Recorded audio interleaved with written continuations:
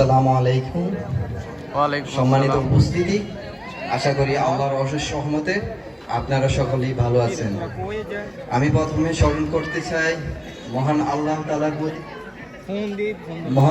তাআলার প্রতি, যিনি অশেষ করুণা ও রহমতে আমরা এখানে এসে উপস্থিত হয়েছি। তারপর আমি স্মরণ করতে চাই গত বছর জুলাই আগস্টে যারা শহীদ হয়েছে এবং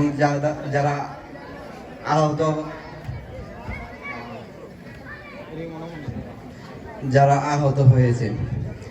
তারপরও আমি একটি গুরুত্বপূর্ণ বিষয় এখন কথা বলতে চাই।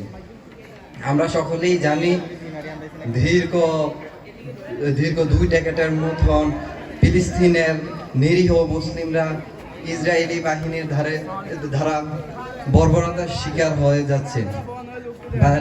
এখানে আমরা যেহেতু বাঙালির মুসলিম, আমাদের কোনো সমর্থ নাই সরাসরি সাহায্য করার, বাট আমরা যদি একটু চেষ্টা করি তাহলে এখানে গুরুত্বপূর্ণ ভূমিকা পালন করতে পারি।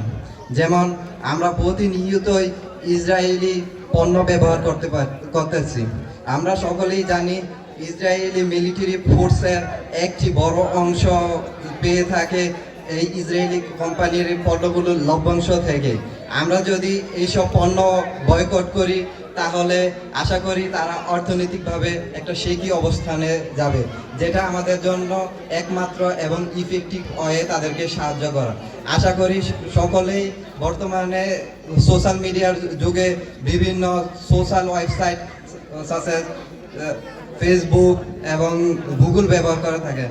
তারা ইসরায়েলি পণ্যের লিস্টগুলো সেখান থেকে জেনে নিতে পারেন এবং সেসব পণ্য বয়কট করার মাধ্যমে আমাদের ফিলিস্তিনি নিরীহ ভাইদেরকে সাহায্য করতে পারেন। এ বলে আমি আমার বক্তব্য শেষ করতেছি। আসসালামু আলাইকুম।